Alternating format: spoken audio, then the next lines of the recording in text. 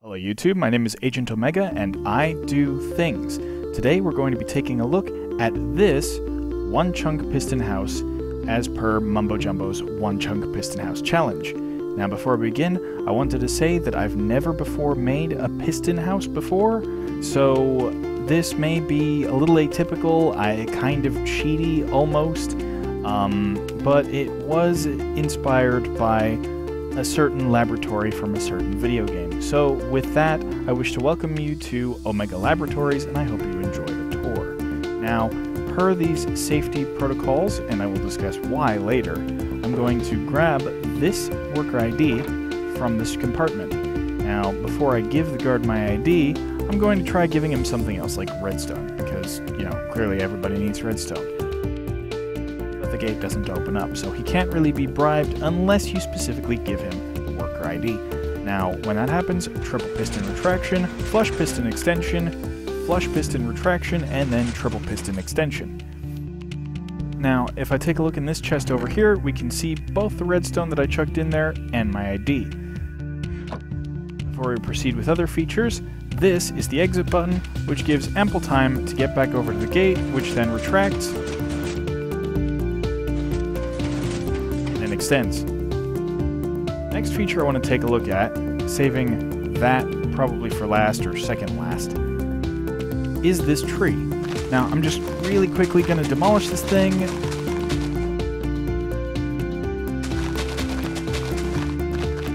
You might have noticed me pause at that last block there. The reason being is because it is all part of the functionality of the contraption that I'm about to go over. You can also see that there are 4 observer blocks facing this block. One of them is what powers the device. Or rather, we are only taking output from one of these observers, this one I think. So I'm going to destroy this oak block, wait a bit, place an oak sapling, then back off and apply bone meal. Now that click means that everything has worked as expected, and we will see the results of this later. So I want you to keep that in mind, but for now, let's continue to the break room. What we have here is a slime block piston launcher, slime block player launcher, that takes you up to the break room. Now, there's a single solitary bed up here. I had wanted to try and put in chests and stuff, but that also made it seem a lot more claustrophobic. You can kind of go up here on the ledges and see the windows and stuff like that. Now over here, there's another major feature that I'm going to go over later, but for now, let's head to the toilet, because, you know, we have things to do in there.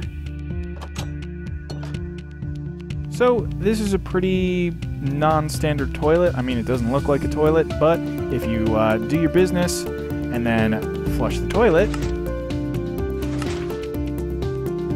your dirty work has been flushed away successfully. Now this over here is actually a flying machine elevator. I'm just going to push this button. The special surprise about this flying machine elevator is that it is multi-floor, as evidenced by this down and up arrow. So, keeping in mind that tree thing that we discussed earlier, this lantern is a tree detection device, or a sapling growth detection device. So, every time you cycle through that 3-step process of breaking down the old tree, planting a new tree, and then waiting for it to grow, when it's finally completed that, this will light up, letting you know that you have a new tree to be harvested. This is for peak efficiency purposes in tree harvesting technologies. And I will probably be releasing a video in a couple of weeks explaining the redstone behind all of these things, so bear with me until then. Now, another thing I'd like to point out in this room is that office place up there that is totally not reachable, once again in homage to the original game. This over here is what I like to call the Super Sorting Silo Smelter. Unfortunately, I didn't really have space on this label, but you get the idea. If I were to put items in here, any item at all, let's go with the sapling and the bone meal and the redstone. You heard those click off, and they've traveled along a hopper line over here into our item sorting system. Now, if they were any one of these items here, iron, gold, oak, sand, cobble, pork, or beef, and I happen to toggle this switch off, then they would flow through this system into a super smelter before going into the item sorting system. Now, the oak is a bit of a particular case because if you were to put oak in here, it would generate charcoal, and then that would immediately cycle back into the super smelter, as I will show you later. Now, unfortunately, I realized that I needed that redstone, so I'm going to just grab some more from the creative inventory, and we're going to come over here next. Now, say I have no idea why my super smelter isn't working, so I'm just going to chuck some redstone in this, and now we've got a hidden staircase. So we come down here, and we're in one of the behind-the-scenes areas, as I like to call them. Now, once again, in reference to the certain game, the back area is sort of all rusty, brownish, red-colored, dingy, and I accomplished this using just granite blocks. Now, over here you can check out each of the furnaces. They're fairly stocked right now. Unfortunately, due to space concerns, I wasn't able to put any sort of a button to flush out the system, so there's actually a bunch of charcoal in the hopper lines leading into this, but if you want to replenish this, all you need to do is burn a little bit more oak. Now we're going to come back up here, close the door by hitting this with more redstone, and one thing of note that I forgot to mention earlier is that we've got this smelter-only input. So say you don't want to smelt something that's already up here. Say I want to chuck in chicken, or if I want to chuck in like birch wood or something like that, I can just plug it in right here and it'll go through the smelter directly.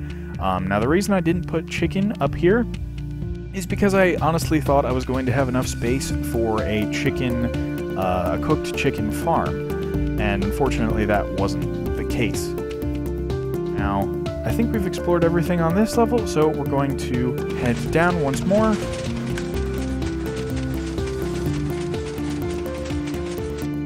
And here we have our storage silos. Right now they're set to gold, iron, glass, and cobble. And let's pretend you didn't see that. Gold, iron, glass, and cobble. And if you wanted to change it, or if you have items that aren't specifically one of those items, they will flow in over here, theoretically. Now, for some reason, the items from up top didn't flow in here, which makes me think that maybe I've forgotten to connect a hopper line or something. But for now, we're just going to pop in here, assume that that actually worked, and you can change the filtered items by going through this door. Once again, we're in a behind-the-scenes area, but it's as simple as just flipping out this item, putting in 41 of whatever you actually want, and then clearing out the rest of the hopper system just by, you know, taking items out of the droppers. Although, if you really have that many items in this system, I wouldn't recommend wasting your time. Now, as you noticed my fail, we've got a flush block swapper system for your crafting bench. Right here, we have a trash buffer. So, for instance, let's say, for whatever reason, I've filled up this entire thing with redstone. I don't know why. I guess I really like redstone, and I just don't have enough space for all of it.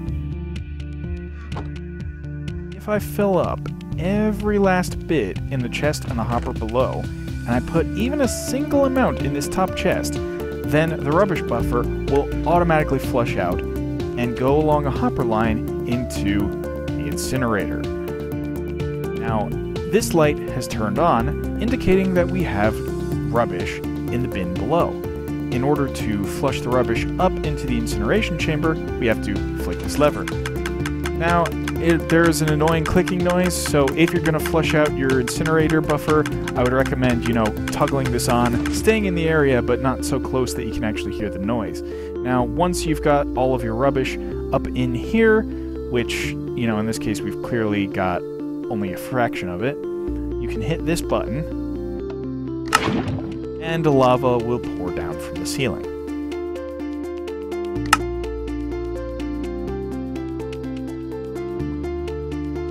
Pretty neat stuff.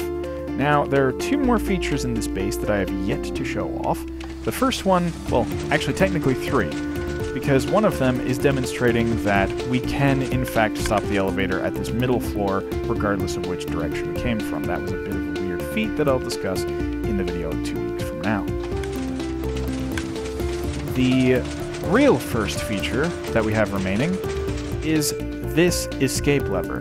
Now, you may have noticed that this is wool here, so when I push this button, wool is going to ignite on 4 sides, or 8 sides, or whatever. I've got 8 dispensers, each pointed 2 ways. And then the elevator is going to fly up into the sky, wherein you can, like, equip your elytra, or elytra, however you pronounce that, and then fly off safely into the distance. Very cool stuff. Now, the last, but certainly not least feature, is this security system. Now, let's say you've got this in the spawn chunks, or you've got like some kind of a world guard protection on your base, and, you know, people can't really circumvent the other walls, but you still want to bait them into jumping into your base. So, I'm just gonna, you know, surreptitiously climb over this one bit here, and whoop. Pretend I actually fell down here. This is 24 blocks high, and the reason being is that anything that falls from 24 blocks pretty much instantly dies in survival mode. Now, you'll notice that all of the walls are made out of cauldrons, and that is because if a player is smart enough to have brought a bucket of water with them, this will completely circumvent that. Really expensive in iron for survival mode, but I just wanted to show this off because it's totally ludicrous and awesome. Now, really quickly, we're going to switch over to survival to show off the last feature. I'm going to go through this unknown door, and hey, wait a minute, this place looks familiar. Oh god! I'm on fire! Whoever could have predicted this? And if we wait long enough, it'll toggle off.